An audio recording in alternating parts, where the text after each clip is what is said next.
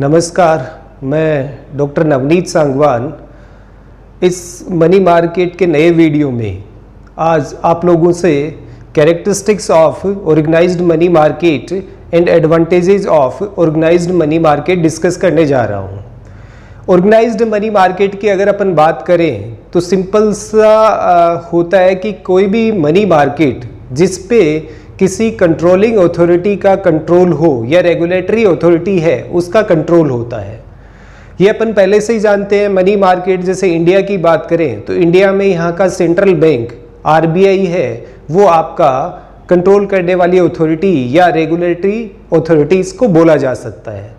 अब इसमें characteristics of organised money market, संगठित मुद्रा बाजार की विशेषताएं, जिसमें नंबर 1 आता है एस्टैब्लिश्ड सेंट्रल बैंक, केंद्रीय बैंक का स्थापित होना या केंद्रीय बैंक स्थापित होना। जैसा कि अपन सब लोग जानते हैं इंडिया में सेंट्रल बैंक के रूप में आरबीआई है, वो 1935 से काम कर रही है। हालांकि उस टाइम ये शेयर होल्डर्स बैंक था। 1949 में नेशनलाइजेशन हुआ, उसके बाद में transfer to public ownership act है वो पास हुआ था। उससे पहले कुछ आपके जैसे एक बैंक होता था जो 1921 में इस्टेब्लिश हुआ था।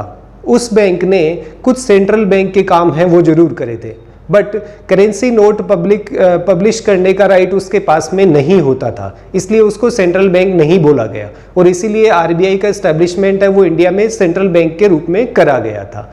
तो कोई भी ऑर्गेनाइज्ड मनी मार्केट है उसको बोला जाएगा, उसमें सबसे पहली जो कंडीशन आती है वो ये होती है कि उसमें कोई ना कोई सेंट्रल बैंक होना चाहिए। वैसे सेंट्रल बैंकिंग की अपन हिस्ट्री की बात करें तो द बैंक ऑफ इंग्लैंड जो 1696 में इस्टेब्लिश हुआ था उसे मदर ऑफ सेंट्रल बैंकिंग बोला जाता है। फिर सेकंड आता है आपका डेवलप्ड बैंकिंग सिस्टम, विकसित बैंकिंग प्रणाली। अब डेवलप्ड बैंकिंग सिस्टम या विकसित बैंकिंग प्रणाली कौन सी होगी? एक तो वो जहां पे आपकी सेंट्रल बैंक कंट्रोल कर रही हो, फिर उसके बाद में जितनी भी बैंक्स आपके यहाँ पे ऑपरेट हो रही हैं बैंकिंग सेक्टर में वो किसी ना किसी आपके कंपनीज एक्ट में रजिस्टर्ड हो, चाहे वो इंडिया के कंपनीज एक्ट में हो। अगर फॉरेन बैंक की कैटेगरी में आते हैं तो फॉरेन के किसी लॉ में वो रजिस्टर्ड होना जरूरी होता है। फिर उसके बाद में कि आपकी बेसिक फैसिलिटीज लाइक आपका सेविंग अकाउंट हो गया, आरडी हो गया, एफडी हो गया, करंट अकाउंट हो गया, या डिपॉजिट एक्सेप्ट करना, लेंडिंग करना, चेक की फैसिलिटी हो गई, डिमांड ड्राफ्ट्स वगैरह की फैसिलिटी हो गई। ये सारी चीजें जहां पे बैंकिंग सिस्टम में प्रोवाइड कराई जाती है उनको जनरली अपन डेवलप्ड बैंकिंग सिस्टम बोलते हैं। अगर आप सही मायने में ऑर्गेनाइज्ड मनी मार्केट देख रहे हैं तो वहां पे ये सेकंड कंडीशन जो डेवलप्ड बैंकिंग सिस्टम है वो भी फुलफिल होनी चाहिए। फिर नंबर 3 पे अपन देखते हैं डेवलपमेंट ऑफ सब मार्केट, उप बाजारों का विकास। जैसे अपन इंडिया के कॉन्टेक्स्ट में बात करें तो कई सारे सब मार्केट हैं वो आपको देखने को मिल जाते हैं। जैसे ट्रेजरी बिल मार्केट हो गया, कोल मनी मार्केट हो गया, कमर्शियल पेपर मार्केट हो गया, सर्टिफिकेट ऑफ डिपॉजिट मार्केट हो गया, इंटरबैंक ट्रांजैक्शन मार्केट हो गया। तो इसे अपन सब मार्केट के फॉर्म में डिफाइन करते हैं। तो किसी भी डेवलप्ड या ऑर्गेनाइज्ड मनी मार्केट की बात करें तो थर्ड कंडीशन ये आती है कि वहां पे सब मार्केट्स हैं वो भी डेवलप होने चाहिए। फिर नंबर 4 पे अपन बात करें use of instrument of money market, मुद्रा बाजार के उपकरणों का प्रयोग, जो अपन ने इससे पिछले वाले वीडियो में देखे थे, जिसमें आपका प्रोमिसरी नोट हो गया, बिल्स ऑफ एक्सचेंज हो गया, हुंडी हो गया, ट्रेजरी बिल्स हो गए, कमर्शियल पेपर्स हो गए, सर्टिफिकेट ऑफ डिपॉजिट हो गया, फिर उसके बाद में इंटरबैंक पार्टिसिपेशन है। ये सारे इंस्ट्रूमेंट्स हैं वो आपके ऑर्गेनाइज्ड मनी मार्केट में होने चाहिए। फिर नेक्स्ट आता है इक्वल इंटरेस्ट रेट्स, समान ब्याज दर। हालांकि इक्वल का मतलब एग्जैक्ट इक्वल होना यहाँ पे नहीं होता है। जैसे अपन हाउसिंग लोन्स की बात करें, इंडिया में कुछ बैंक्स हैं वो आपको 7.5 पे या 7.75 या 8%, ऑलमोस्ट जितने भी पब्लिक सेक्टर बैंक्स हैं वो आपके इसी रेंज में आपको हाउसिंग लोन है वो प्रोवाइड कराते हैं। और अगर अपन पब्लिक सेक्टर बैंक्स की बात करें तो वो आपके सेविंग अकाउंट पे near by 3.25% rate of interest आपको ऑफर करते हैं। मीन्स एक टाइप से ऑर्गेनाइज्ड मनी मार्केट उसे बोल सकते हैं जहां पे ऑलमोस्ट रेट ऑफ इंटरेस्ट, चाहे वो लेंडिंग के रेफरेंस में हो चाहे डिपॉजिट के रेफरेंस में हो, वो ऑलमोस्ट इक्वल होनी चाहिए। फिर नेक्स्ट आता है कंपटीशन, प्रतियोगिता। कोई भी ऑर्गेनाइज्ड मनी मार्केट होगा वहां पे हेल्दी कंपटीशन आपको देखने को मिलेगा। रीजन बीइंग उस मार्केट में सब मार्केट्स भी होते हैं, आपके डिफरेंट इंस्ट्रूमेंट्स भी होते हैं। डिफरेंट इंस्ट्रूमेंट्स होंगे, जैसे लोन के रेफरेंस में अपन बात करें, वेरी शॉर्ट टर्म के लोन आपको रिक्वायर्ड है, कोल मनी मार्केट में आप जा सकते हैं। अगर आपके गवर्नमेंट के ट्रेजरी बिल्स को आपको रिक्वायरमेंट है तो वहाँ पे 3-4 टाइप के ट्रेजरी बिल्स भी आपको मार्केट में अवेलेबल होते हैं। फिर आपके कमर्शियल पेपर्स के थ्रू भी आप फंड्स जनरेट कर सकते हैं। सर्टिफिकेट ऑफ डिपॉजिट है, उसके थ्रू भी आप फंड्स जनरेट कर सकते हैं। यानी डिफरेंट इंस्ट्रूमेंट्स होंगे और डिफरेंट इंस्टीट्यूशंस होंगे, तो वहाँ पे डेफिनेटली हेल्दी कंपटीशन आपको देखने को मिलेगा। तो ऑर्गेनाइज्ड मार्केट उसे बोला जाएगा जहां पे डिफरेंट आपके इंस्ट्रूमेंट्स और डिफरेंट इंस्टीट्यूशंस अवेलेबल हो, प्लस उनमें एक हेल्दी कंपटीशन भी देखने को मिले। फिर नेक्स्ट अपन बात करें तो वो आता है इफेक्ट ऑफ बिजनेस साइकिल, व्यापार चक्रों का प्रभाव। बिजनेस साइकिल्स में होता क्या है, डिफरेंट आपके फेजेज हैं वो आते हैं। जैसे कि यहाँ पे मैं एक्सप्लेन करने की कोशिश कर रहा हूँ। बिजनेस साइकिल है वो कुछ इस टाइप से चलती है और ये बीच में यहाँ पे आती टाइम लाइन। ये जो स्टेज होती है इसे रिकवरी बोला जाता है। यानी यहाँ पे आपका इकोनॉमी है वो रिकवर करना स्टार्ट करती है। फिर यहाँ से और यहाँ के बीच का पार्ट है, इसे ग्रोथ बोला जाता है। फिर ये इसे टॉप पॉइंट या कुछ इकोनॉमिस्ट हैं वो इसे बूम बोलते हैं। फिर यहाँ से लेके यहाँ तक का जो ड्यूरेशन होता है उसे रिसेशन बोला जाता है। फिर यहाँ से लेके यहाँ का जो टाइम ड्यूरेशन होता है उसे डिप्रेशन बोला जाता है। और जो लोवेस्ट पॉइंट होता है उसे डूम बोल दिया जाता है। फिर उसके बाद में वापस से रिकवरी होती है और आगे ये साइकिल है वो कंटिन्यू रहती है। तो ऑर्गेनाइज्ड मनी मार्केट है, उसमें आपकी बिजनेस साइकिल है वो होना कंपलसरी होता है। रीजन बीइंग जहाँ पे ऑर्गेनाइज्ड मार्केट होगा, जैसे आपके मार्केट में रिसेशन आ गया या फिर अपन ये बोलें कि इकोनॉमिक स्लो डाउन जैसे कि इंडिया में अभी प्रेजेंट में चल रहा है, तो अगर स्लो डाउन है तो इट मीन्स आप रिसेशन वाली फेज को फेस कर रहे होते हैं। इकोनॉमी और भी बुरी कंडीशन में आती है तो डिप्रेशन वाली फेज आ जाती है। फिर आपके सेंट्रल बैंक या इंटरनेशनल ऑर्गेनाइजेशंस है वहां से आप फंडिंग है वो स्टार्ट करते हैं, वापस से रिकवरी स्टार्ट होती है। तो कोई भी ऑर्गेनाइज्ड मनी मार्केट होगा तो डेफिनेटली ये सारे फेजेस उसको फेस करने पड़ते हैं। तो ये सारे 7 पॉइंट्स हैं आपके ऑर्गेनाइज्ड मनी मार्केट के कैरेक्टरिस्टिक्स के। फिर उसके बाद में अपन डिस्कस करेंगे advantages of organised money market, संगठित मुद्रा बाजार के लाभ, जिसमें नंबर 1 आता है फाइनेंसिंग, वित्त पोषण। अगर आपका ऑर्गेनाइज्ड मनी मार्केट है तो वहां पे डिफरेंट इंस्टीट्यूशंस होते हैं और डिफरेंट इंस्ट्रूमेंट्स होते हैं। जैसे अपन इंडिया में बैंकिंग सेक्टर की बात करें तो near by 1,52,000 commercial bank branches हैं। फिर उसके बाद में प्राइवेट सेक्टर बैंक्स हो गए, रीजनल रूरल बैंक्स हो गए, डेवलपमेंट बैंक हो गए, इन्वेस्टमेंट बैंक हो गए, ये सारे इंस्टीट्यूशंस हैं वो आपको देखने को मिलते हैं। अब इसमें होता क्या है कि कई बार ये होता है कुछ बैंक्स है उनके पास फंड्स की कमी होती है तो वो दूसरी जगह से फंड को रेज कर पाते हैं। तो जितना साउंड आपका या जितना ऑर्गेनाइज्ड मनी मार्केट होगा, फाइनेंसिंग है वो प्रॉपरली हो पाती है। सेकंड है help to industries and businesses, उद्योग एवं व्यापार को सहायता। देखो कोई भी कंट्री है आज की डेट में, जैसे पहले इंडिया है वो आपका एक एग्रीकल्चर बेस्ड इकोनॉमी होता था, हालांकि आज भी काफ़ी हद तक आपके इकोनॉमी की बैकबोन है वो एग्रीकल्चर है। बट सिमिलरली आपका इंडस्ट्रियल डेवलपमेंट है वो भी रिक्वायर्ड होता है, सिमिलरली ट्रेड है वो भी चलता रहना चाहिए।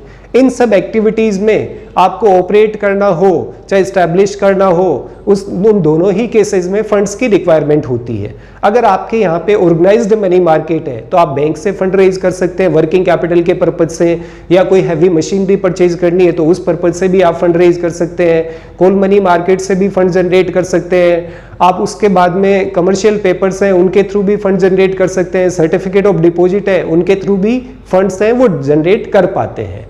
It means organised money market है तो इंडस्ट्री और बिजनेस है इन दोनों को भी बेनिफिट मिलता है। फिर थर्ड आता है आपका यूज ऑफ सरप्लस कैपिटल, अतिरिक्त पूंजी का प्रयोग। मान अभी जैसे इंडिया में लॉकडाउन का टाइम आया था, उस टाइम पे बैंक्स के पास में फंड्स की अवेलेबिलिटी थी, बट इंडस्ट्रीज में बैंक लोन्स की रिक्वायरमेंट है वो कम हो गई थी। अब आपके पास सरप्लस फंड है तो उस केस में क्या हुआ कि गवर्नमेंट है वो पैकेज डिक्लेयर करती है, डिफरेंट आपके weaker section of the society होते हैं उनको उस फंड्स का यूटिलाइजेशन उनमें किया जा सकता है। तो अगर आपके पास साउंड या ऑर्गेनाइज्ड मनी मार्केट है तो जितने भी आपके सरप्लस फंड्स हैं उनको आप प्रॉपर्ली इकोनॉमी को स्ट्रेंथन करने में यूज ले सकते हैं। फिर नेक्स्ट आता है हेल्पफुल इन मॉनेटरी पॉलिसी, मौद्रिक नीति में सहायक। इंडिया की अगर अपन बात करें तो इंडियन मॉनेटरी पॉलिसी है वो कंप्लीटली ऑर्गेनाइज्ड मार्केट पे ही एप्लीकेबल होती है, या फिर अपन ये बोल सकते हैं कि कंप्लीटली वो बैंकिंग सेक्टर के थ्रू अप्लाई करी जाती है। चाहे वो आपकी बैंक रेट हो, जैसे बैंक रेट इंक्रीज कर दिया तो जनरल लोन्स है वो बैंक्स के लिए महंगे होंगे और बैंक है वो जनरल पब्लिक को महंगे लोन देगी। अगर आपका बैंक रेट को रिड्यूस कर दिया तो उस केस में बैंक को सस्ते लोन मिलेंगे और बैंक्स हैं वो जनरल पब्लिक को या इंडस्ट्रियलिस्ट हैं उनको सस्ते लोन देना स्टार्ट कर देते हैं। ऐसे ही आपका CRR है, अगर उसको इंक्रीज कर देते हैं तो बैंक्स की क्रेडिट क्रिएशन कैपेसिटी है वो कम हो जाती है, और डिक्रीज कर दिया तो आपकी क्रेडिट क्रिएशन कैपेसिटी या लोन देने की कैपेसिटी है वो बढ़ जाती है। सेम इफेक्ट है वो SLR का आता है। Repo rate, reverse repo rate, ये सारे इंस्ट्रूमेंट्स हैं वो बैंकिंग सेक्टर के थ्रू ही अप्लाई होते हैं, और बैंकिंग सेक्टर है वो आपके फाइनेंशियल मार्केट का पार्ट होता है और उसमें भी खासतौर से मनी मार्केट में इंपॉर्टेंट रोल उसका देखने को मिलता है।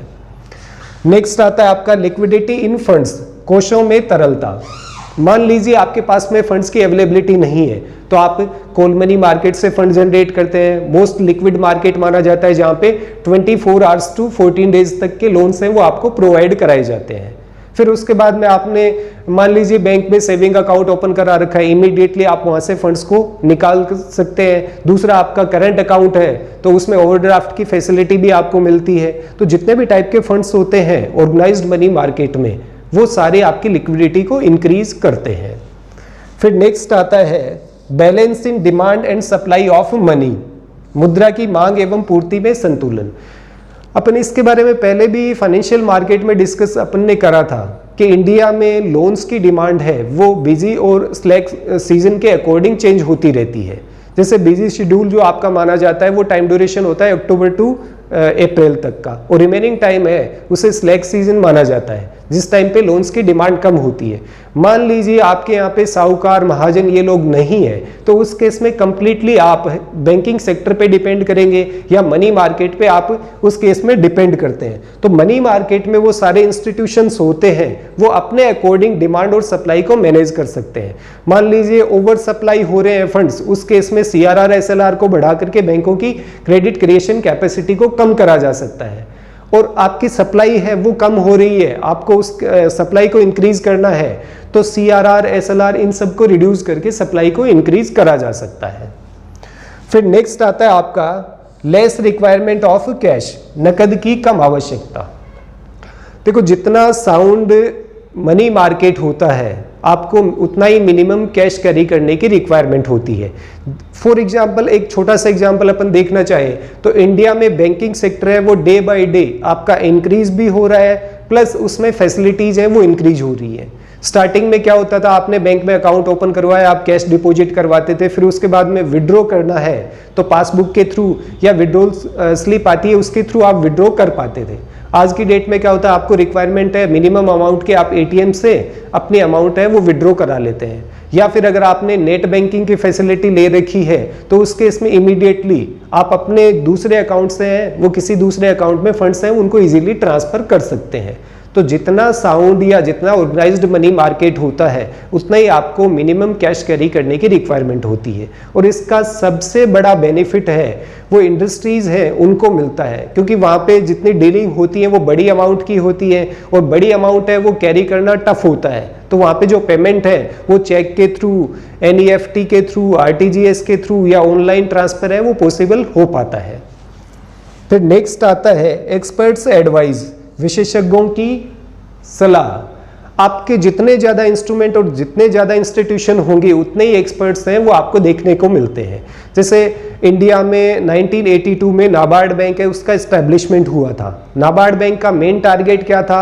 आपके रूरल इकोनॉमी है उसको स्ट्रेंथन करना, और उसमें भी खासतौर से एग्रीकल्चर और जो रूरल इंडस्ट्रीज हैं जिसमें खासतौर से आपके टीनी स्मॉल कॉटेज इंडस्ट्रीज आती हैं उनको टाइमली फंड प्रोवाइड कराना।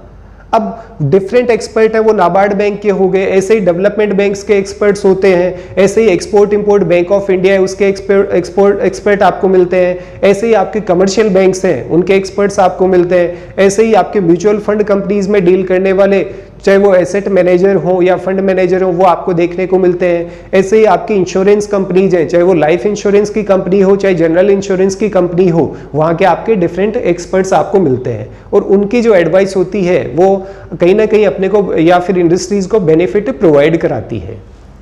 फिर नेक्स्ट अपन बात करें एडवांटेजेस ऑफ कमर्शियल बैंक्स, वाणिज्यिक बैंकों का लाभ। आजकल जितनी भी गवर्नमेंट की वेलफेयर स्कीम्स चलती है, चाहे वो आपके रूरल डेवलपमेंट की हो चाहे अर्बन डेवलपमेंट की हो, उसमें मिलने वाली सब्सिडी जैसे अपने डायरेक्ट कैश बेनिफिट ट्रांसफर होते हैं वो अमाउंट है वो अपने बैंक में आता है। चाहे वो आपके एलपीजी सिलेंडर की बात करें या दूसरी सब्सिडी मिलती है वो डायरेक्टली अपने अकाउंट पे आती है। ऐसे ही अभी रिसेंटली अपन एग्जाम्पल ले सकते हैं कि लॉकडाउन के टाइम पे आपके चाहे वो फार्मिंग सेक्टर को डायरेक्ट कैश बेनिफिट देने हो या फिर गवर्नमेंट की जो दूसरी ओल्ड एज पेंशन हो गई वो डायरेक्टली आपके अकाउंट में ट्रांसफर है वो हो पाती है। तो ऑर्गेनाइज्ड मनी मार्केट है उसमें साउंड बैंकिंग सिस्टम होता है और जितना साउंड बैंकिंग सिस्टम होता है उसका बेनिफिट जनरल पब्लिक को, इंडस्ट्रियलिस्ट को, इन सब लोगों को मिलता है। फिर लास्ट आता है इसमें बैरोमीटर ऑफ इकोनॉमी, अर्थव्यवस्था का सूचक यंत्र। सिंपल सा फंड है, फाइनेंशियल मार्केट है, उसे भी एक टाइप से बैरोमीटर ऑफ इकोनॉमी माना जाता है और उसी का पार्ट आपका मनी मार्केट होता है। जितना साउंड या जितना ऑर्गेनाइज्ड मनी मार्केट होता है उतना ही बेटर आपकी इकोनॉमी है वो परफॉर्म कर पाती है।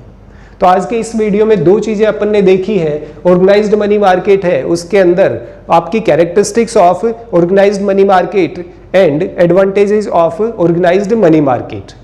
तो इस वीडियो में इतना ही। Thank you. जय हिंद, जय भारत।